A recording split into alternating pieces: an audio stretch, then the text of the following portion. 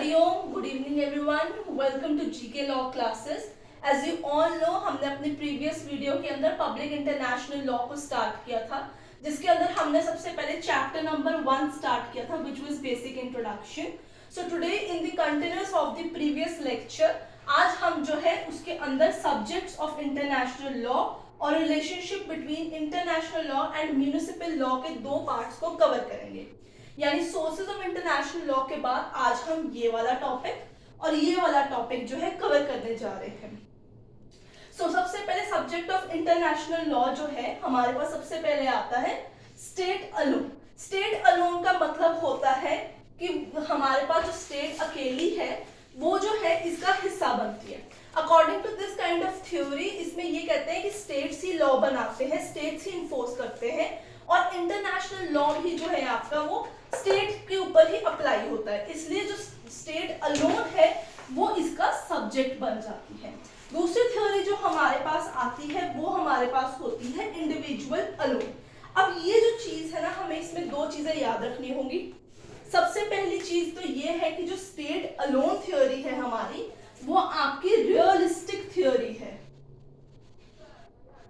ठीक है, और जो हमारी इंडिविजुअल अलोन थ्योरी है वो हमारी फिक्शनल थ्योरी है, ठीक है। इसके एक मेन प्रोपोनेंट है जिनका नाम है केल्सिन।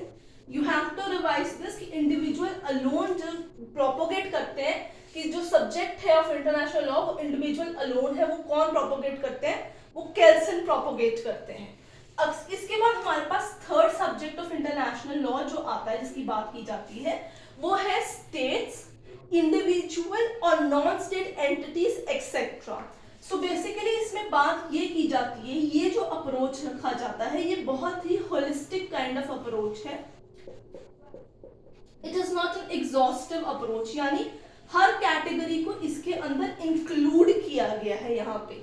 तो आपको ये चीज याद रखनी होगी, ये मॉडर्न व्यू पॉइंट है। आज के जो नेता है ये इस थ्योरी को अप्रोच करते हैं, और जितने भी एंटिटीज हैं वो यही मानती हैं कि आज जो सब्जेक्ट ऑफ इंटरनेशनल लॉ है उनमें ये सारी ही कैटेगरीज इंक्लूड की जाती है।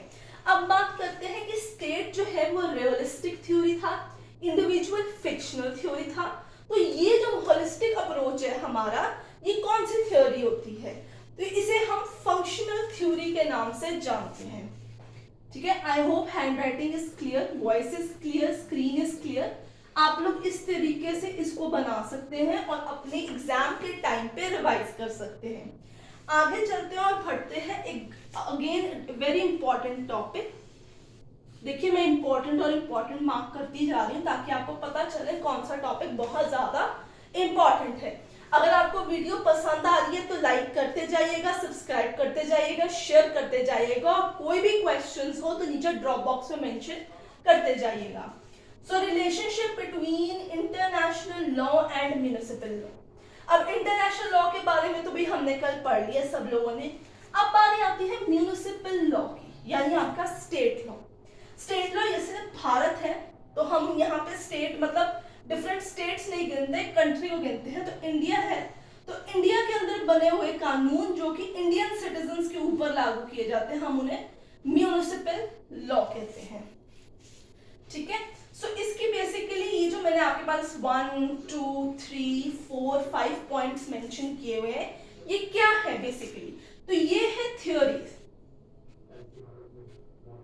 एक ऐसी थ्योरी जो कि रिलेशनशिप बिटवीन इंटरनेशनल लॉ और म्युनिसिपल लॉ को क्लियरली एक्सप्लेन करते हैं।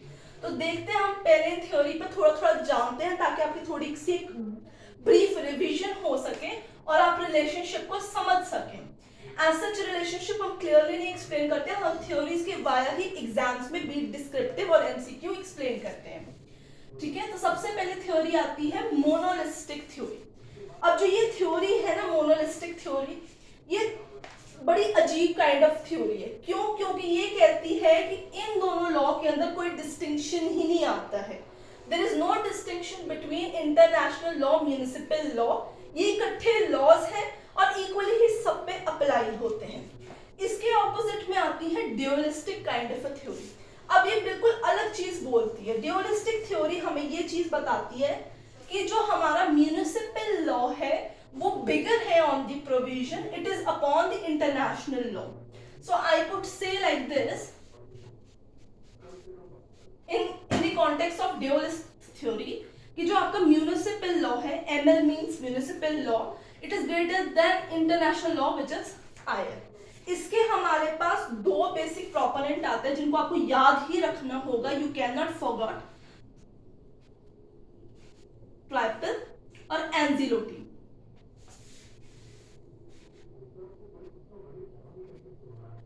ठीक है, अगर फिर भी डाउट हो तो मुझसे पूछ लीजिएगा, I will be mention in the comment section. इसके बाद आती है transformation kind of a theory. अब ये तो भाई सीधा सीधा वर्ड एक्सप्लेन करती है आपको, transformation kind of a theory. Transformation का मतलब है एक चीज से दूसरी चीज में आपने कन्वर्ट या ट्रांसफॉर्म हो जाना. सो बेसिकली ट्रांसफॉर्मेशन थ्योरी के जो एक्सपोनेंट है वो ये कहते हैं कि इंटरनेशनल लॉ को जब हम लीडर्स जो है एक्सेप्ट करते हैं इंटरनेशनल फोरम के अंदर, फिर वो कंट्रीज में जाकर उसे रेक्टिफाई करते हैं, एंड रेक्टिफाई करने के बाद they become the part of a municipal law itself. So international transformation से गुजरता है रेक्टिफिकेशन के वाया, और वो इवेंचुअली म्युनिसिपल लॉ का एक पार्ट बन जाता है जो कि सिटीजंस के ऊपर अप्लाई कर दिया जाता है. फोर्थ थ्योरी है आपके पास डेलीगेशन थ्योरी, और फिफ्थ थ्योरी आती है स्पेसिफिक अडॉप्शन थ्योरी. यूजुअली क्या होता है कि जैसे हम ट्रांसफॉर्मेशन की बात करते हैं उसी में यही कहते हैं कि international law is been converted and accepted by state, municipal law बन गया. बट हम स्पेसिफिक अडॉप्शन की बात करते हैं वहां पे ज्यादातर आपके पास रेक्टिफिकेशन जैसे प्रोसेसेस मिलते हैं. So I think this should be it for the day. It was very much sufficient. I hope आपको समझ लग गया हो कि चैप्टर 1 में आपको क्या क्या करने हैं. एक छोटा सा बस मैं आपको 2 पॉइंट की बात कहूंगी इसके अंदर, जिससे आपका ये जो चैप्टर 1 है ये कंप्लीटली कंप्लीट हो जाएगा. सबसे पहले तो चैप्टर 1 में आपको याद रखनी होंगी डेफिनेशंस, जिसमें कि आप जे और जो जी है स्टाफ की डेफिनेशन है उसको कंसिडर कर सकते हैं.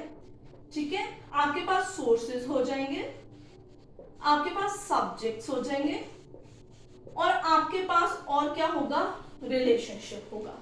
So this particular chapter is finish on my side. अगर आपके कोई भी क्वेश्चंस क्वेरीज हैं आप नीचे डिस्क्रिप्शन बॉक्स में मुझसे पूछ सकते हैं. I think this should be it for the day. आप इसे अच्छे तरीके से रिवाइज कर दिए. Till then, don't forget to like the channel, share the channel and subscribe the channel with others. Thank you.